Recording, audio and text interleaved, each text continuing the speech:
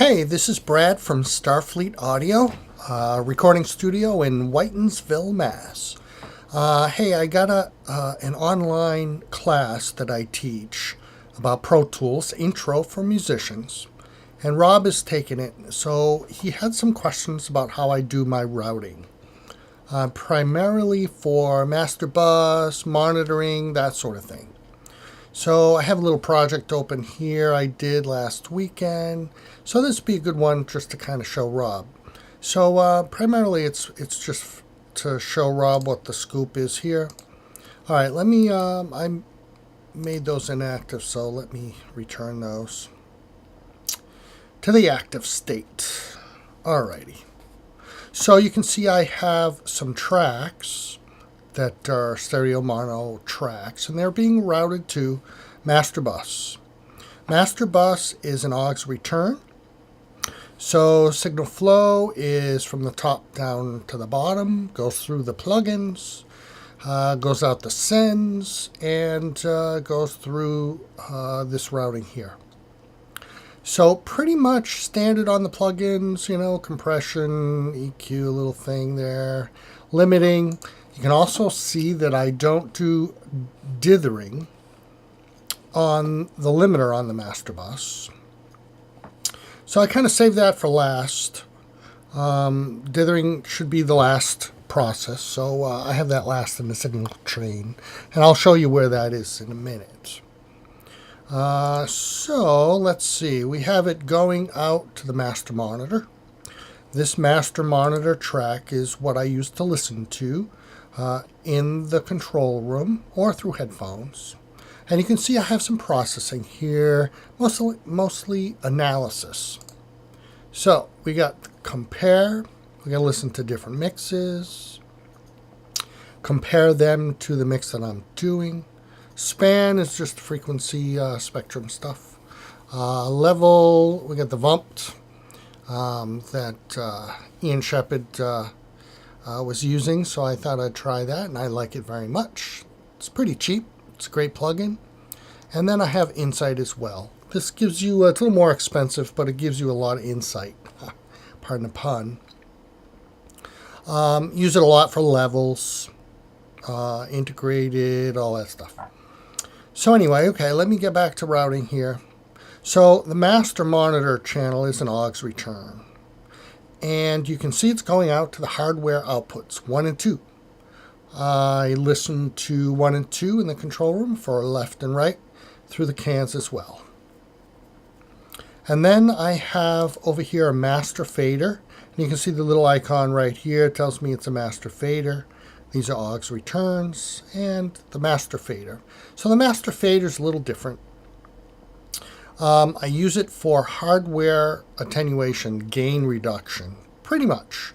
I have a calibrated listening environment, so when it's at 0 and no plugs are happening as far as level, and I play minus 20, typically minus 20, I will have 83 dB in the control room and 83 dB in the cans as well. Generally, I don't listen to music that loud, so I like to turn down the gain so I don't blow up my ears. And I do it in increments. So I have some Blue Cat gains plugs here, and I use them at -6, and I kind of stack them up. So if I want -6 from 83, I'll turn this one on. If I want -12, I'll add that, and then so on and so forth. So I can listen to it at calibrated increments, which is really nice because you get used to that, and you kind of have a good idea of how loud that should be. After you use it for a while, you get used to it. So it's a great way to listen. We got a BX solo here, solo the mid signal, solo the side signal, solo left or the right channel. And then we have another BX solo right here. I usually have it in bypass unless I want to listen to it in mono. So I have it collapsed to mono. And when I want to hear things in mono, I just make that active like that on bypass. Works good. All right, so let's see. The other signal flow that I would tell you about, Rob, is for bouncing, rendering. So say I did all the mixing and all that stuff, and now I want to render the bounce. So what I generally will do is I have a little send here, and I make it pre-fader so this fader doesn't make any difference. And I send it over to the print bus. So the print bus comes through this master fader right here. And you can see on this master fader channel I have a limiter. And in this limiter I do the dithering. So on master faders, they're a little different than the other kind of channels in Pro Tools, in that the signal goes through the fader first, and then it goes out through the plugins. So when you make level changes, you wouldn't want dither to be before this. So if you wanted to do fades, or you wanted to change the level on the output, oops, sorry about that, you wouldn't want this fader to come after the limiter with the dithering. So as you know, you probably know, the aux returns, the signal goes through the plugins and then goes out the fader. That's the general gist of signal flow in a channel, an aux return. So there we have that. So when I want to mix, I can look at all my stuff. Can analyze till kingdom comes, and then when I want to bounce, I just do the same thing, play it through, or do offline bounce, and then what I do is I bounce to the print bus. So in my bounce dialog, let me select a little audio here. I don't know if I can get the bounce dialog, oops, to be on that side. I think so. There it is. When I bounce from the print bus, because this master fader is applying dither to the print bus. This print bus is sending out after these plugins, so all this processing would apply, but this fader does not. So if you get a little fade out on the end, which I generally don't do in Pro Tools, usually in the CD list, I'll do the fade outs, unless I'm going to web audio or something like that.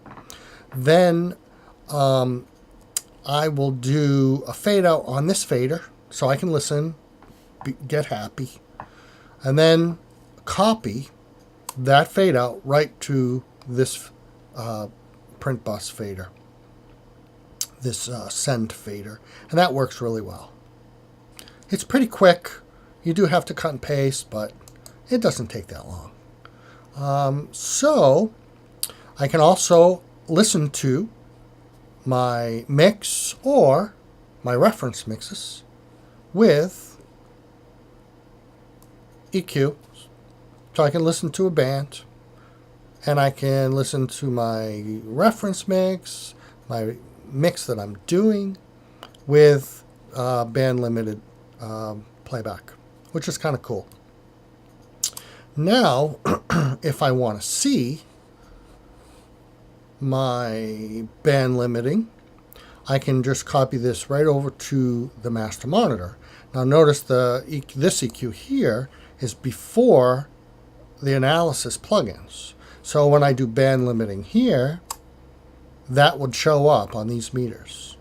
So it kind of depends if I want to see it or not, whether I use this or that for band limiting playback. So that's kind of how I have it. Everything goes to the master bus last, whether it's submixed or not. And then master bus goes out to the master monitor. And then the master monitor goes out hardware 1 and 2. And at the same time, my master bus is being sent over to the print bus. So that's kind of how I work. That's kind of my workflow there. I hope it helps. If it helps anybody else, that's great too. So thanks, Rob. Good luck, and happy mixing.